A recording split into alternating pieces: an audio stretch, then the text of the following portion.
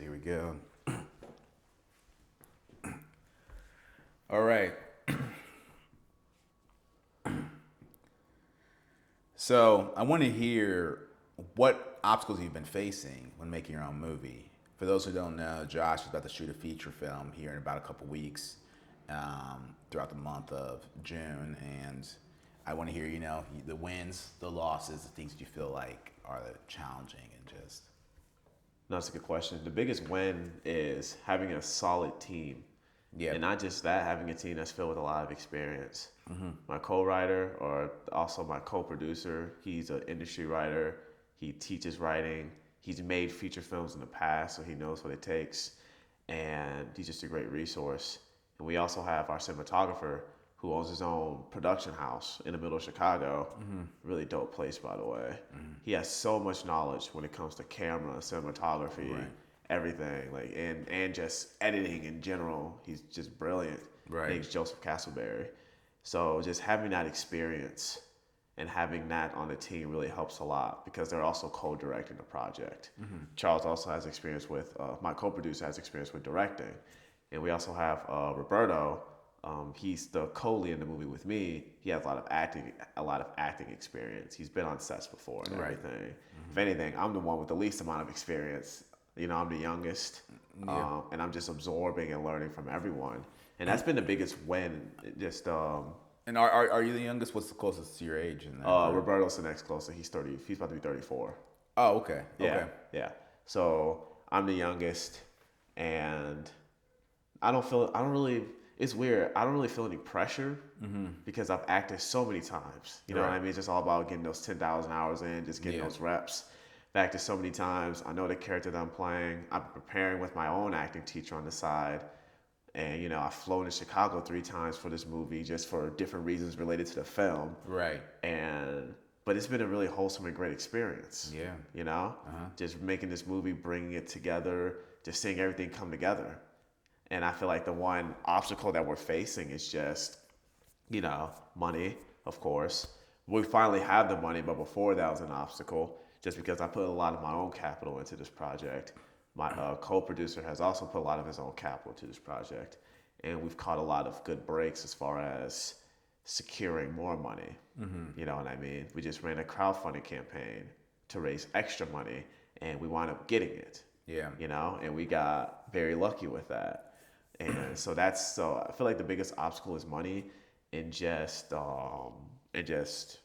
getting ready to go and shoot because it's gonna be 10 to 12 hour days when we're there for 17 days. Yeah. Yeah. Absolutely. So, what's your thoughts about putting your own capital into a movie now that you've done it? Now that I've done it, it's been worth it. Is it worth it? It's worth it. If you're an actor, if you're not getting casted in a lot of projects or you're not getting the type of roles that you want to be in, honestly, you just have to make it yourself. Right. And putting your own money into it, yes, it is a lot. I'm very fortunate because I do have a good job where I am able to do that. Very blessed for that. A lot of people I know come out here, they're servants, they're bartenders, they have jobs that don't pay them a lot of capital for them to make their own opportunities because they also have to pay rent and everything as well. But I'm very lucky that I'm able to afford to do this. Yeah. And I'm able to take the risks now versus doing it 10 years later. Oh, yeah. You know what I mean? Yeah. So it's worth it.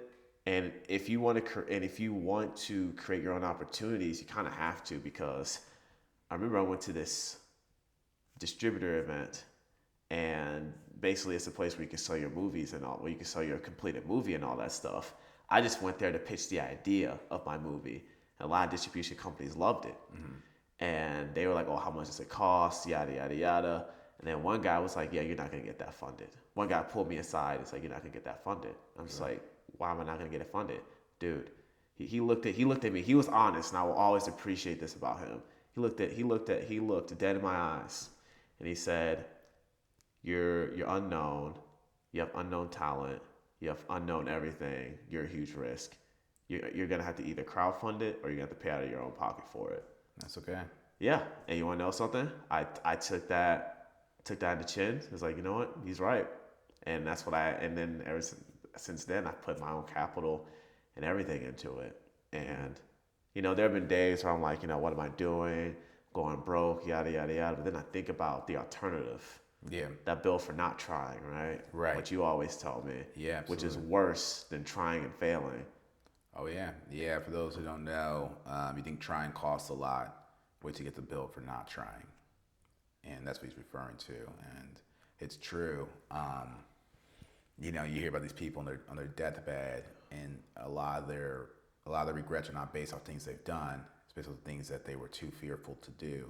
Facts. And if you're going to live, then live, right? Don't plan to live, live. I think it's very important for people to, get off the porch and go out there and make something or do something that's meaningful to them. For you, you wanted to build this movie. For you, you want to showcase your ability as an actor. For you, you wanted to let Hollywood know what you're capable of for roles going forward. One woman I respect for doing this. I respect anyone who's doing what you're doing. And that's one of the best. That's my best motivation for completing a film or doing something of that nature, because it's a mutual respect that anyone who's done it absolutely gets. But one person who's done what you're doing, she had a lot more capital when she did it, and I appreciate her for it. It's actually, Margot Robbie did that with I, Tonya. It's actually a great film. I, Tonya is a film about the skater who was like this ice skater. And she went through a lot of different things like the domestic abuse and things like that, but she still went out there and competed for the Olympics and things like that. She's a movie called I, Tonya, and when she did it, that's her best. That's like her acting performance was amazing, and and she produced it, and she's the one who had to go get it made. It was up for a lot of awards. As it looks, I know Brie Larson won one year. I think Margot won for I, Tonya, but I have to look back into that. The Academy Award, or was up for Academy Award for that one.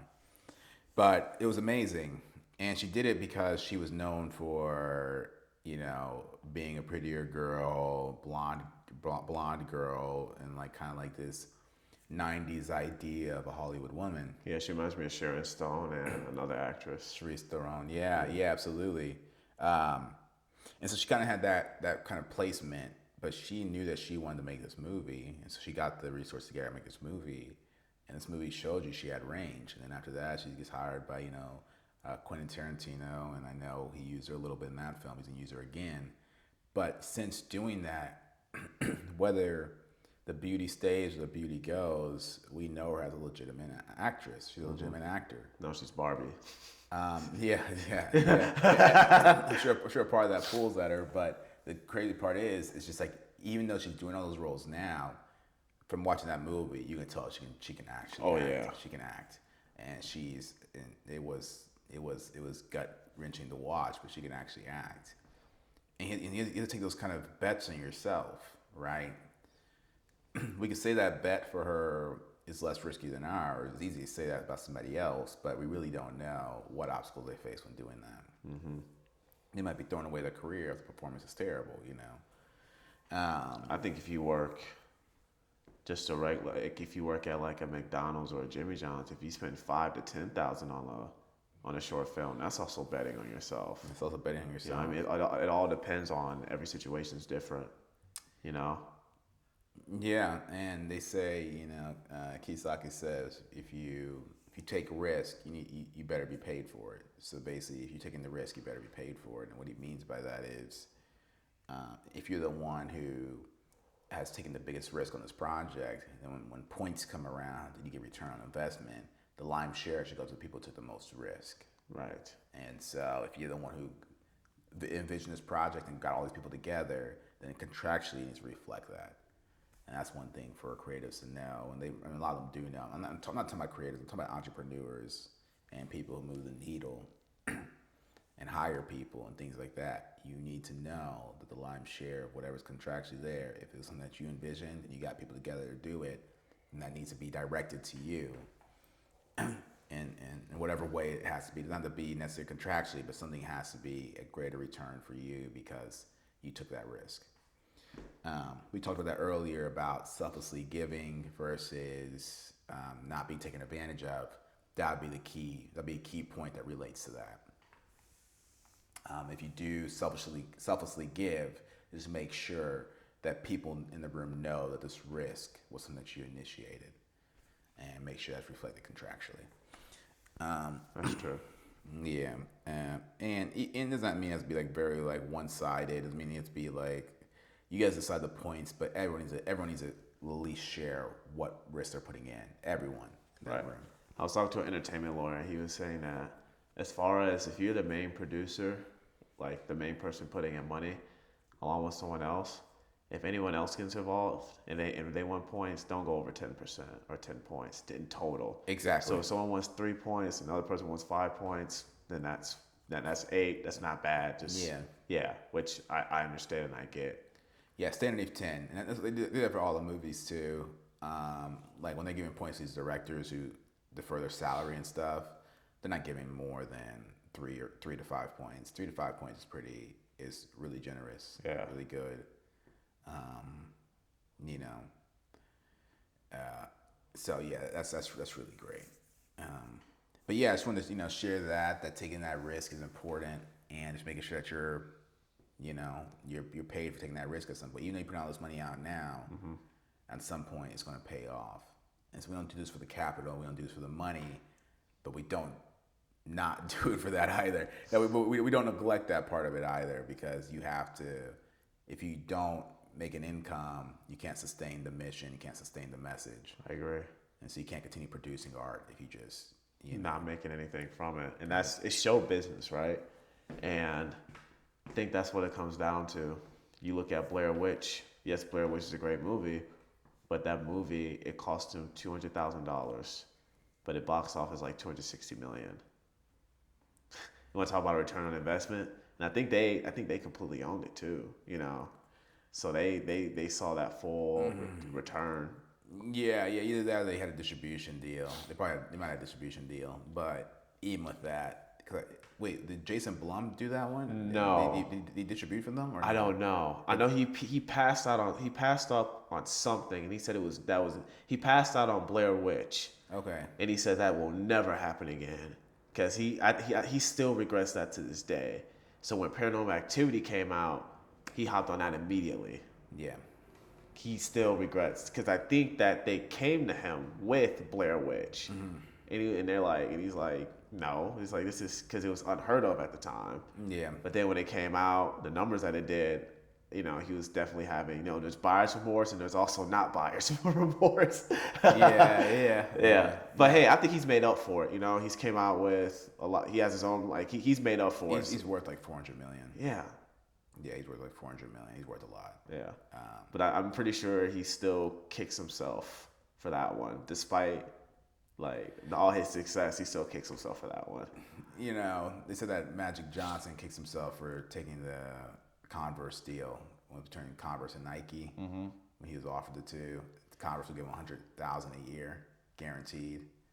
Nike would give him points guaranteed.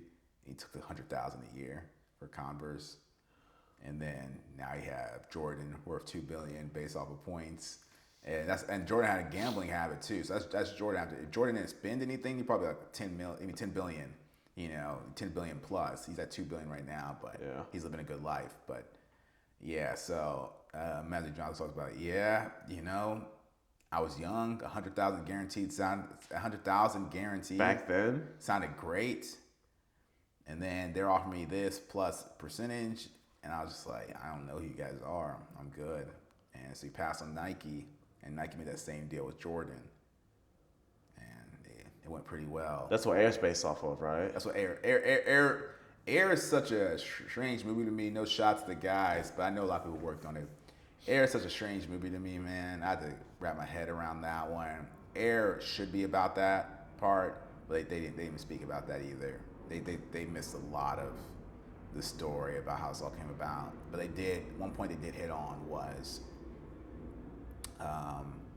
they on the points that Michael wanted. They showed Michael's side. They're not going to talk about the guys who they passed on and stuff like that, which they should have, because Magic Johnson openly talks about it all the time, and it is true. Magic Johnson was one of the people they went to, but they didn't capitalize that in Air. They didn't speak about a lot of things they probably should have spoke on. For sure. Nowadays, Nike's giving out lifetime billion-dollar contracts. They gave one to KD and LeBron. I think they're the only two people who have a lifetime contract with Nike. Yeah, well, and they can do that. Yeah. And they can do that. You don't see Converse doing that today. Like I said, there's one man who's, and I guess that's me talking like the Godfather now. There's one man who literally has more than all those guys combined, and you don't even have to know his name, but he's chilling at home. Yeah, like sitting at $50 billion, up there with tech people. He said at the time, he said he went. Phil said that he went public, and Phil Knight said he went public, and he said nobody. He went public. He ran a campaign, kind of like you did with your film. Yeah. He ran a campaign, and they were excited about it because they were kind of getting some traction, and they named theirs. Everyone, all the companies on IPOs, that publicly traded were all tech companies from Silicon Valley bubbling at the point. He's like, okay, we'll name ours. Our name will be Sports Tech, and that's what they entered theirs in as. And he said, dude, when I woke up. He's like, dude, days later or a month later or so, he's like, we were a joke. Dude, we didn't raise any capital.